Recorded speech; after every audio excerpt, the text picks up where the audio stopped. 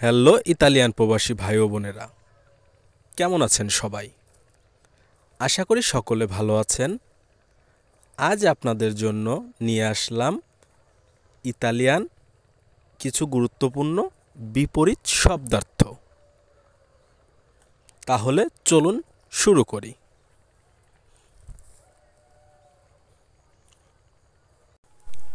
আজকের প্রথম শব্দটি হচ্ছে দামি। কোস্তোজো। কোস্তোজো শব্দের অর্থ দামি, আর দামির বিপরীত শব্দ হচ্ছে সস্তা। ইকোনমিক। ইকোনমিক শব্দের অর্থ সস্তা। এরপরে রয়েছে মডার্ন। মোদের্নো। মোদের্নো শব্দের অর্থ মডার্ন। মডার্নের বিপরীত শব্দ রয়েছে প্রাচীন। আন্তিকো। আন্তিকো শব্দের অর্থ প্রাচীন। এরপরে রয়েছে বিখ্যাত। ফামোজো। ফামোজো শব্দের অর্থ বিখ্যাত, আর বিখ্যাতর বিপরীত শব্দ হচ্ছে অচেনা। ইস্কোনোসুতো। ইস্কোনোসুতো শব্দের অর্থ অচেনা। এরপর শব্দটি রয়েছে স্পষ্ট। কিয়ারো।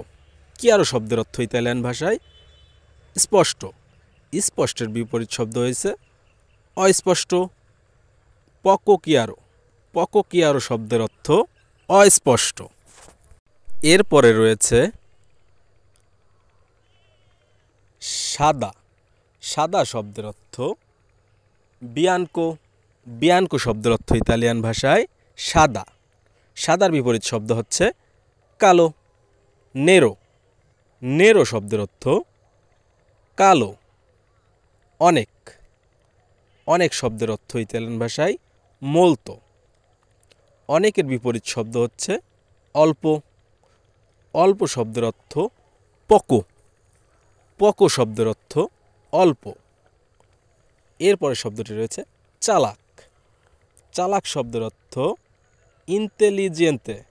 ইন্টেলিজেন্তে শব্দের অর্থ চালাক। এরপরে রয়েছে চালাকের বিপরীত শব্দ বোকা। স্তপিদো। স্তপিদো শব্দের অর্থ বোকা। এরপরে রয়েছে দয়ালু।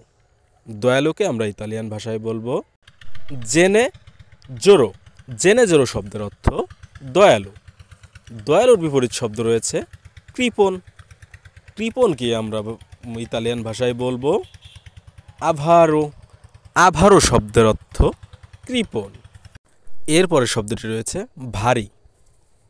ভারীকে আমরা ইতালিয়ান ভাষায় বলবো পেজান্তে।